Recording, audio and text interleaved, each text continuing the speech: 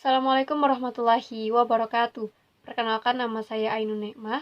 Saya mahasiswi program studi Manajemen Pendidikan Islam semester 3 Fakultas Tarbiyah dan Ilmu Keguruan Institut Agama Islam Negeri Palangkaraya.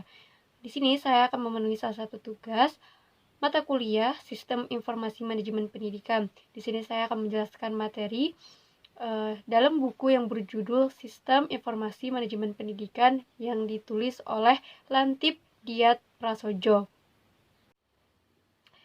Baik, langsung saja masuk pada bab 1, yaitu Sistem Informasi Manajemen. Ada konsep dasar. Yang pertama, pengertian dari sistem. Sistem memiliki makna yang beragam tergantung pada pendekatan yang digunakan. Secara umum, sistem didefinisikan sebagai suatu kesatuan yang terdiri dari komponen atau elemen yang saling berkaitan, saling tergantung, dan terintegrasi dalam kesatuan variabel atau komponen. Nah, adapun yang dimaksud dengan sistem berbasis komputer didefinisikan sebagai serangkaian atau tatanan elemen-elemen yang telah diatur untuk mencapai tujuan yang telah ditentukan sebelumnya melalui pemrosesan informasi. Tujuan yang dimaksud dimungkinkan untuk mendukung fungsi bisnis dari sistem itu sendiri. Selanjutnya, elemen-elemen sistem berbasis komputer yang digunakan untuk mencapai tujuan yang dimaksud terdiri dari yang pertama ada perangkat lunak, software, yang kedua ada perangkat keras, hardware, yang ketiga ada manusia, SDM, yang keempat ada sistem basis data, yang kelima ada dokumentasi, dan yang keenam ada prosedur. Nah, elemen-elemen ini bergabung dengan cara tertentu yang selanjutnya mentransformasikan informasi. Selanjutnya ada pengertian data dan informasi. Data adalah fakta yang dikumpulkan dari pengukuran atau pengamatan. Menurut Seinensky dan Paulsen 1995 mendefinisikan data sebagai fakta mentah dapat berupa angka, huruf, ataupun karakter khusus untuk menyampaikan sedikit arti. Agar data-data terkumpul ini menjadi berarti dan memberi manfaat, maka data-data ini perlu diproses lebih lanjut. Menurut Jugianto 1999 mendefinisikan data ini adalah sebagai sumber informasi. Nah, jadi agar data ini menjadi informasi yang berguna, maka data ini harus diolah melalui sebuah siklus. Siklus ini biasa disebut dengan siklus pengolahan data. Jadi prosesnya itu data itu akan diinput, dimasukkan, kemudian akan modal akan diolah data tersebut, yang mana hasilnya nanti outputnya nanti akan menjadi sebuah informasi. Selanjutnya pengertian informasi. Informasi adalah arti dari hubungan dan penafsiran data yang mengizinkan seseorang untuk membuat keputusan. Menurut Seinensky dan Paulsen 1995, informasi adalah pemrosesan data yang tampak dalam konteks untuk menyampaikan arti kepada orang lain. Lebih lanjut, Jugianto mendefinisikan informasi sebagai data yang diolah menjadi bentuk yang lebih berguna dan lebih berarti bagi yang menerimanya. Selanjutnya ada siklus informasi. Siklus informasi ini merupakan suatu proses berulang di mana data mentah diolah menjadi informasi yang berguna. Nah, prosesnya itu yang pertama, data mentah ini dikumpulkan dan disimpan dalam basis data. Kemudian data ini diambil dari basis data sebagai input. Kemudian input data ini diproses lewat suatu model untuk menghasilkan informasi. Nah, informasi ini digunakan untuk pengambilan keputusan dan tindakan. Nah, tindakan ini nanti menghasilkan data baru yang kembali disimpan dalam basis data. Kemudian data baru ini akan diolah kembali menjadi informasi dan seterusnya dalam siklus berulang. Jadi secara sederhananya, siklus informasi ini adalah suatu proses pengolahan data mentah untuk menjadi informasi yang dilakukan secara berulang. Selanjutnya ada kualitas informasi. Nah, kualitas dari informasi ini tergantung dari 3 hal. Yang pertama ada akurat. Akurat di sini maksudnya adalah informasi itu harus bebas dari kesalahan-kesalahan, tidak bias atau menyesatkan. Jadi, informasi ini menyajikan fakta yang sebenarnya. Kemudian yang kedua adalah tepat pada waktunya. Jadi, informasi tersebut itu tersedia tepat pada saat dibutuhkan. Nah, informasi yang sudah kadaluarsa itu tidak akan berguna lagi meskipun dia akurat. Nah, kemudian yang terakhir itu tergantung pada relevan. Nah, informasi yang disajikan ini haruslah berkaitan dan berguna bagi pemakainya. Bisa dikatakan informasi itu harus memiliki manfaat bagi pemakainya. Kemudian yang dimaksud dengan nilai informasi. Nah, nilai dari suatu informasi itu ditentukan dari dua hal. Yang pertama itu adalah manfaat dan yang kedua adalah biaya mendapatkannya. Jadi secara umum suatu informasi itu dikatakan bernilai jika manfaatnya itu lebih efektif dibandingkan biaya mendapatkannya. Nah, selanjutnya saya juga akan menjelaskan mengenai sistem informasi. Apa yang dimaksud dengan sistem informasi? Sistem informasi merupakan suatu sistem dalam suatu organisasi yang mempertemukan kebutuhan pengolahan transaksi harian, mendukung operasi, kemudian bersifat manajerial dan kegiatan strategi dari suatu organisasi dan menyediakan pihak luar tertentu dan laporan-laporan yang diperlukan. Nah, kemudian sistem informasi ini terdiri dari komponen-komponen yang biasanya disebut dengan istilah blok bangunan, yaitu ada blok masukan, blok model, blok keluaran, blok teknologi, blok basis data, dan blok kendali. Sebagai suatu sistem, keenam blok tersebut masing-masing saling berinteraksi satu dengan yang lainnya membentuk satu kesatuan untuk mencapai sasarannya. Kemudian yang dimaksud dengan sistem informasi manajemen merupakan penerapan sistem informasi di dalam organisasi untuk mendukung informasi-informasi yang dibutuhkan oleh semua tingkatan manajemen. Nah, adapun George M. Scott mendefinisikan sistem informasi manajemen adalah kumpulan dari interaksi-interaksi sistem-sistem informasi yang menyediakan informasi baik untuk kebutuhan manajerial maupun kebutuhan operasi.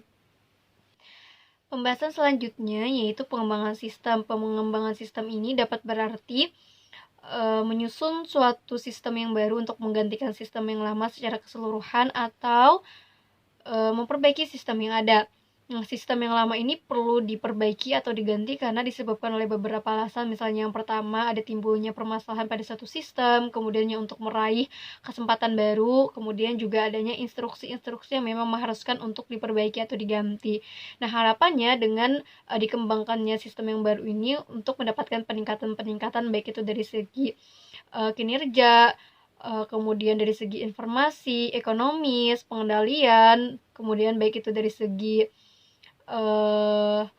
efisiensi dan baik juga dari segi pelayanannya. Setelah tadi penjelasan mengenai pengembangan sistem, selanjutnya ada kebijakan dan perencanaan sistem.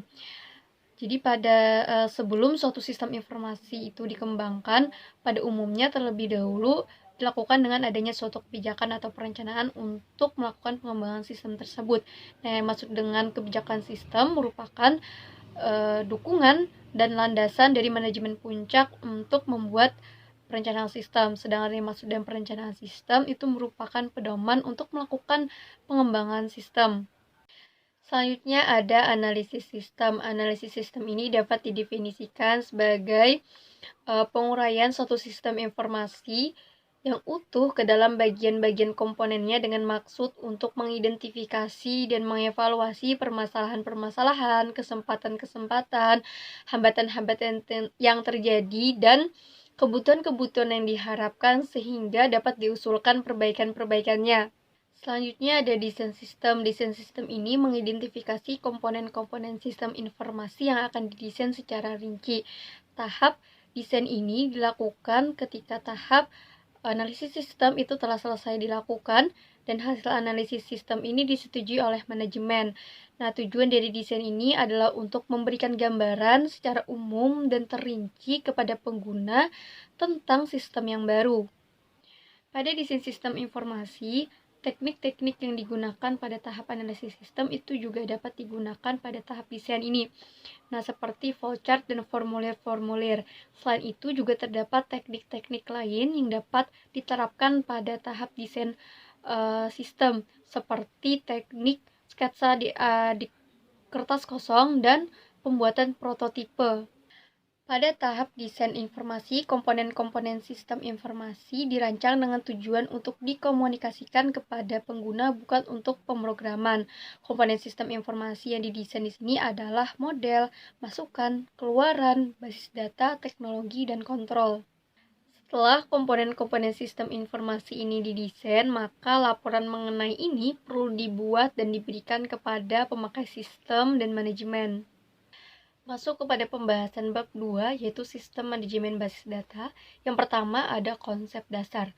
Sistem basis data didefinisikan sebagai suatu sistem yang terdiri dari kumpulan file atau tabel yang saling berhubungan dalam sebuah basis data pada sebuah sistem komputer dan kumpulan program. Sistem manajemen basis data yang memungkinkan beberapa pemakai atau program lain untuk mengakses dan memanipulasi file atau tabel tersebut.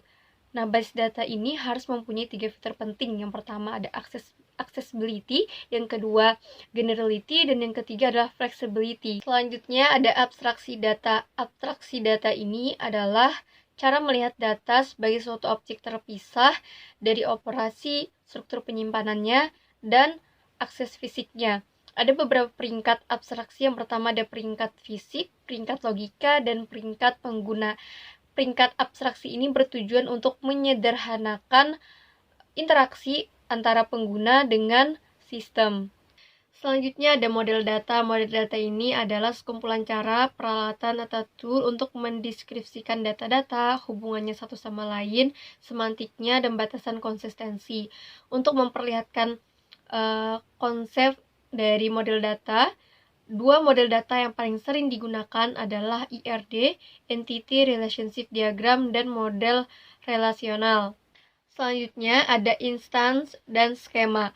Kumpulan dari informasi yang disimpan dalam basis data dalam suatu saat tertentu itu disebut dengan instance basis data. Nah, sedangkan hasil desain dari basis data itu disebut dengan skema basis data. Kemudian juga yang dimaksud dengan independensi data itu adalah kemampuan untuk memodifikasi skema di satu level tanpa mengubah skema di level selanjutnya yang lebih tinggi.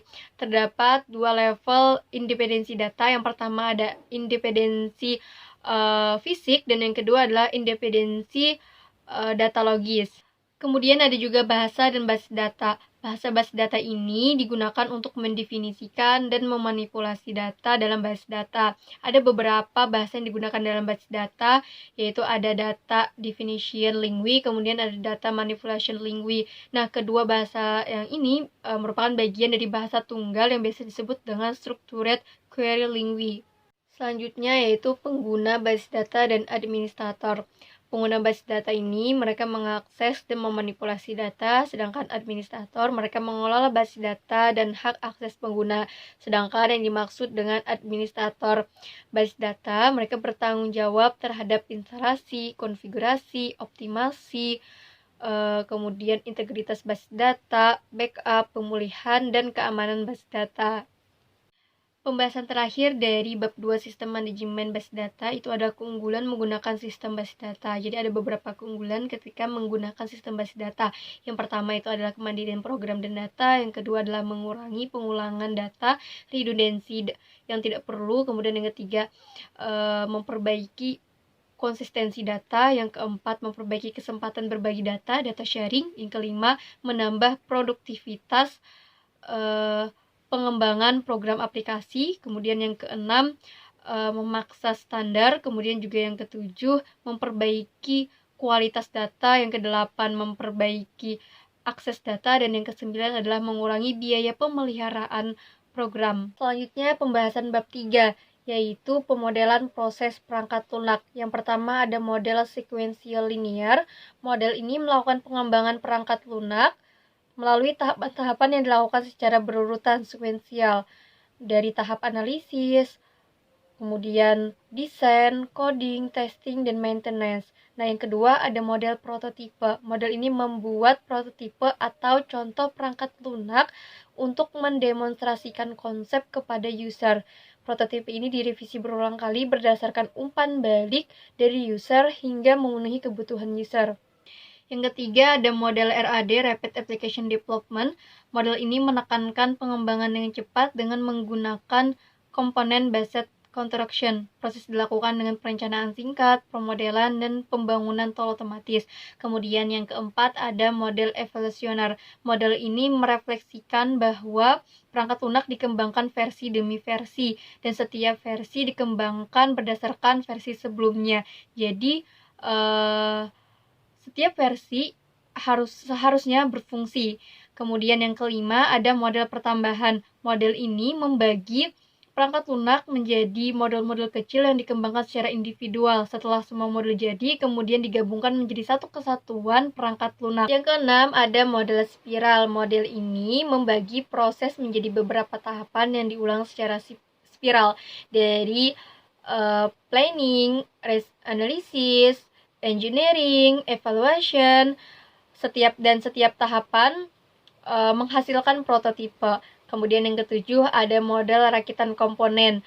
Model ini menggunakan komponen-komponen perangkat lunak yang sudah ada dan dirakit menjadi satu kesatuan perangkat lunak. Kemudian yang kedelapan ada model perkembangan konkuren. Model ini merefleksikan bahwa desain dan implementasi dilakukan secara paralel dan konkuren oleh tim. 9 ada model formal. Model ini menggunakan dasar matematis dan logika dalam perancangan spesifikasi untuk mendefinisikan fungsi dan operasi perangkat lunak. Kemudian yang ke-10 ada teknologi proses. Nah, teknologi proses ini terdiri dari tools, teknik, dan metode untuk mendukung proses life cycle perangkat lunak. Nah, yang terakhir ada produk dan proses. Produk ini mengacu kepada perangkat lunak yang dikembangkan, sedangkan proses ini mengacu kepada aktivitas, tahapan, prosedur yang dilakukan untuk mengembangkan perangkat lunak. Sekarang memasuki pembahasan pada bab 4, yaitu analisis dan desain sistem informasi akademik di perguruan tinggi. Yang pertama ada analisis sistem. Analisis sistem ini merupakan studi mendalam mengenai sistem informasi akademik yang telah ada atau sedang berjalan di perguruan tinggi, yang bertujuan untuk mengidentifikasi masalah dan kebutuhan yang sedang dihadapi. Kemudian ada desain sistem. Desain sistem ini merupakan proses merancang sistem informasi akademik yang baru yang dapat mengatasi masalah dan memenuhi kebutuhan pengguna di perguruan tinggi tersebut. Selanjutnya ada desain masukan. Desain masukan ini merupakan bagian dari desain sistem yang berfokus pada menentukan data atau informasi masukan apa saja yang dibutuhkan oleh sistem informasi akademik yang baru ini. Contohnya seperti data mahasiswa, nama, NIM, tempat tanggal lahir, kemudian alamat, nomor HP, email, dan lain sebagainya, data dosen, dan data mata kuliah. Nah, kemudian yang terakhir ada desain keluaran. Desain keluaran ini juga bagian dari desain sistem yang menentukan laporan atau informasi apa saja yang akan dihasilkan oleh sistem informasi akademik di perguruan tinggi tersebut. Contohnya seperti apa? Contohnya seperti kartu hasil studi, KHS, kemudian transkrip nilai mahasiswa, dan laporan daftar hadir mahasiswa. Nah, kiranya itu yang dapat saya jelaskan mengenai materi yang terdapat dalam buku Lantip Diat Prasojo yang berjudul Sistem Informasi Akademik, Sistem Informasi Manajemen Pendidikan. Apabila ada salah kata, mohon dimaafkan. Wabillahi taufiq wal hidayah. Wassalamualaikum warahmatullahi wabarakatuh.